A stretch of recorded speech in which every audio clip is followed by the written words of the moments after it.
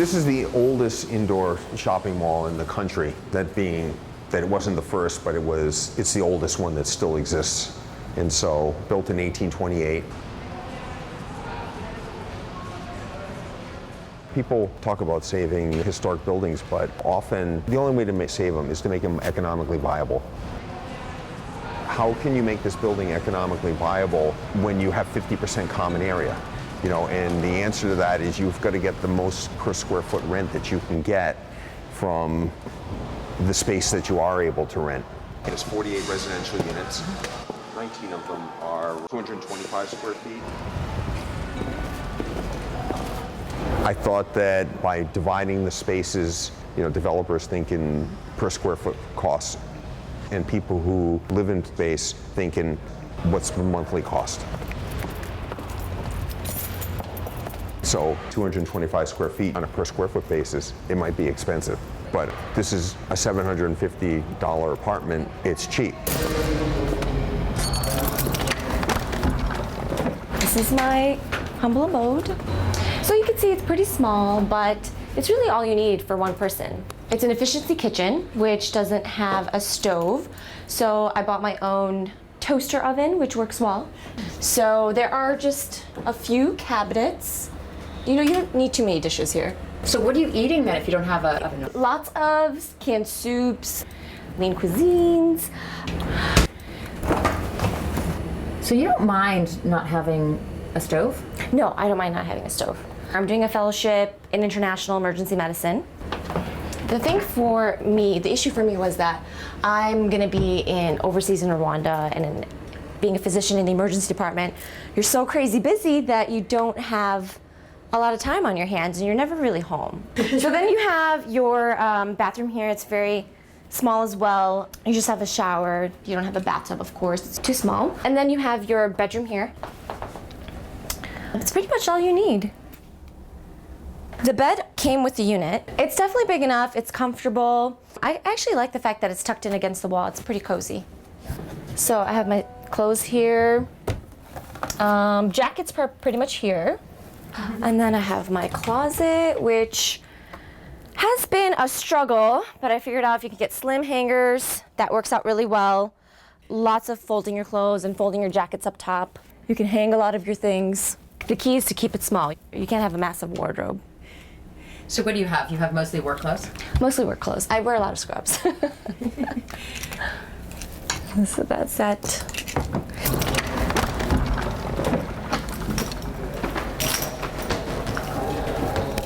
This unit is about 400 square feet. You get a washer dryer in a unit like this that you don't get in the other ones. Just in a 225 square foot unit, you can't give up space like that. Is there a legal limit for apartments in Rhode Island or Providence? Yes. A lot of cities are addressing that issue, but Providence hasn't addressed its issue. And so apartments under a certain size are not allowed, right? And so what I did to get around that is to have this go in the rooming house code. And so rooming house code doesn't allow for cooking facilities inside of the unit, but a microwave for some reason is not considered, even a convection microwave is not considered a cooking device. And on the smaller unit, 225 square feet, you're not allowed to put a door between the sleeping area because you would create a sleeping space which is under building code also. Does it bother you if there's no wall to the bedroom? No, not at all. I think I actually prefer the open concept because if it was closed off, I would feel like this is a smaller space. So I think it was actually a brilliant idea to keep it open. One of the things I like the most about this place is it's really bright and airy. And it offers a lot of privacy if you need it, but if you want to let the light in and just work from home, and it's pretty bright. Do you feel like you're living in a mall? No, not at all. It's actually more convenient. I think that it's convenient to come out of your apartment and be able to grab a cup of coffee if you need, grab breakfast.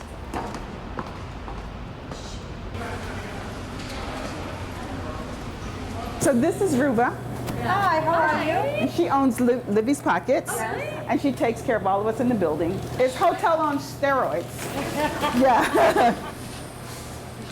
This is a great place if you're like me. I'm new to the city, so I don't know very much. So this is great because it's secure and it's only 60 people that I got to get to know, you know, and the shopkeepers. Okay. So now we're going to my place. I live in Baltimore, so I'm not here 5 days a week, 4 weeks out of the month. My husband comes up occasionally with me when I come up to work, but mostly I come up by myself. So this is my place. It's not very big. It's like maybe 15 steps. So you don't have a lot to get dirty. You don't have a lot to clean up. There's the bathroom, and then here's my bed. And that's the whole tour? That's it. It really is. Okay, so now I missed the most important part, the kitchen. You have everything here but a stove. And if you're a single person in the city, chances are you're not cooking anyway. I've never used a dishwasher because I've never had enough dishes dirty to actually put in the dishwasher. Storage underneath, microwave, and then there's little things here that I have that, you know, won't go bad. I didn't need to have much here because when I'm here, I'm pretty much working. I'm in the lab, so I don't need a lot of clothes. It's the closet, so it's plenty of space. It's more than enough, right? Everything's built in. And when I get off work, I'm exhausted, so it's not like I'm gonna go paint the town red. So I have a very comfortable bed, and then I have a full bathroom. It's a pocket door. So it's a full shower, all the comforts of home. So what I do for my job, I formulate natural and organic products. So you didn't used to do this. You made a change, didn't you? A career change? I did, yes. On 9/11, I had a meeting at the Pentagon that morning, and halfway there, my meeting was canceled. And so I decided I needed to do something that was going to help change the world. I sat down on the sofa and I told my husband I was going to make soap. And he says, "Make soap? Do you even know how?"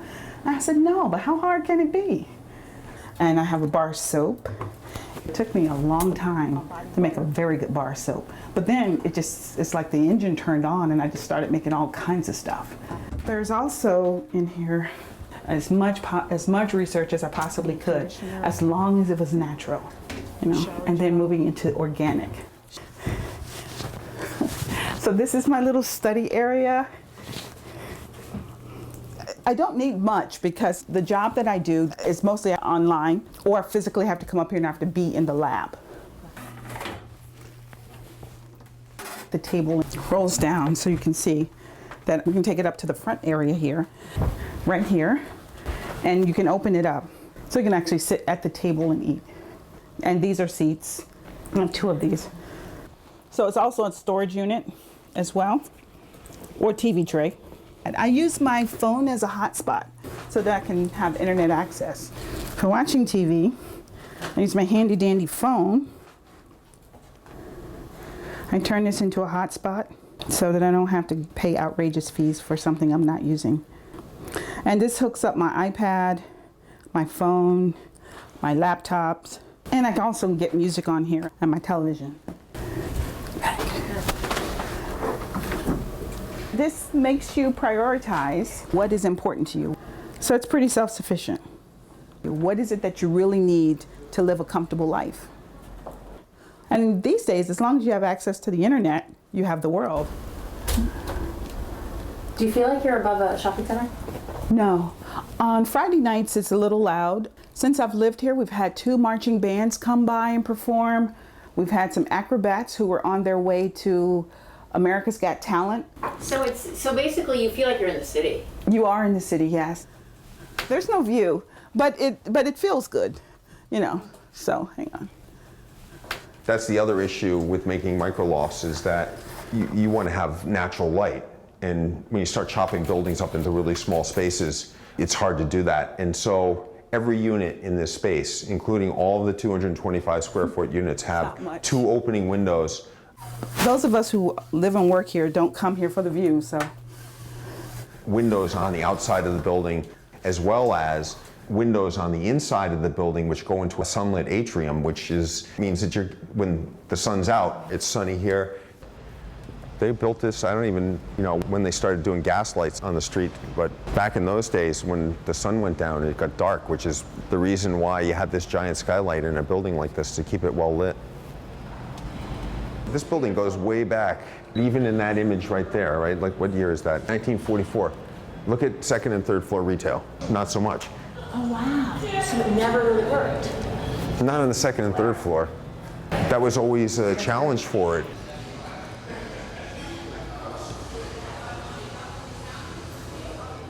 Micro-retail is like a new sort of idea. The idea in micro-retail is that the more narrow you make a shop, the farther people in theory will drive to go to it. So the idea here is to make this into destination retail. The way that we're doing that is we're having very unique stores. There's no chains, and they're all in the same genre, which in this instance is fashion design, artistic design. For example, if you walked into this one right here. Hi, Amy. This store is an example of a whole bunch of clothing designers who are partnering together to have a store. And I think there's 6 of them in here now. 7 now. It's really, sort of a unique way for people to start out and get their clothing into the market.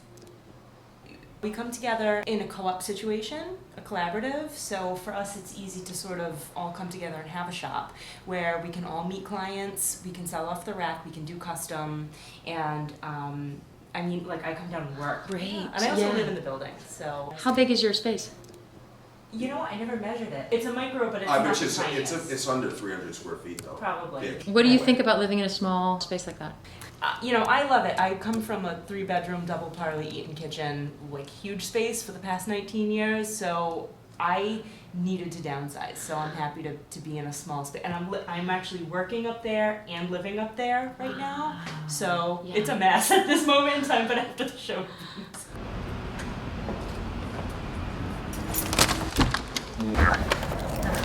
So this one is a little bigger, but these were the last 2 units, and the last 2 units to rent were the larger units. Everyone wanted the 225 square foot units. That was like the high demand units.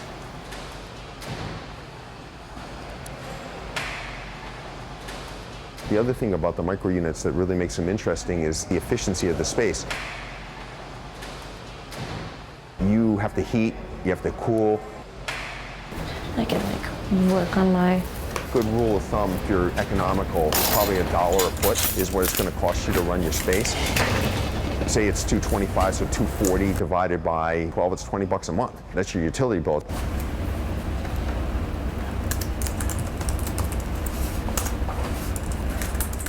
I figured if I'm not going to be at home for most of the year, why pay $1,200, $1,500 a month, up to $2,000. Providence is actually more of an expensive city. This unit was about $750 or so. It was a big difference. I thought, I can take this time to save money. To me, this doesn't feel like a micro-loft at all. It feels like home, and it feels large and spacious.